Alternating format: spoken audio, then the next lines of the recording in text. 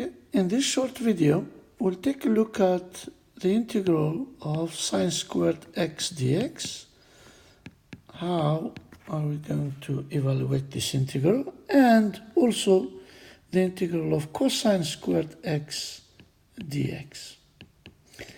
And actually the techniques that we will use here can be extended to the cases of even powers of x, like let's say sine to the power of 4, sine to the power of 6, etc. And the same thing for even powers of cosine. So what we're going to do is we're going to use the identity sine squared of x equal to half of 1 minus cosine 2x. Then, of course, that means the sine of x squared x dx is going to be the integral of half 1 minus cosine 2x dx. So really what we are using is this trigonometric identity.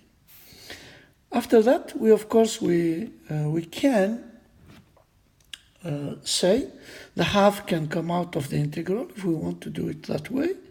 What is left is 1 minus cosine 2x dx. So it will be half the integral of 1, which is x, and the integral of cosine 2x is 1 over 2 sine 2x, and then plus a constant. We can leave it in this form, or of course we can write it as half of x minus 1 over 4 sine 2x plus a constant. So that is the integral of sine squared.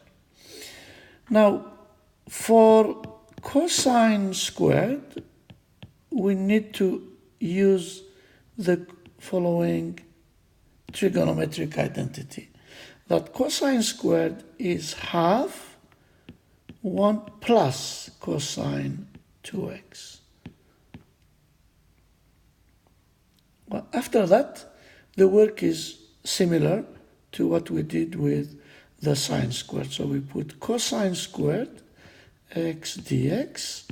So that will give us the integral of half 1 plus cosine 2x dx, and in the same way as we did before, half integral 1 plus cosine 2x dx, and therefore half of x.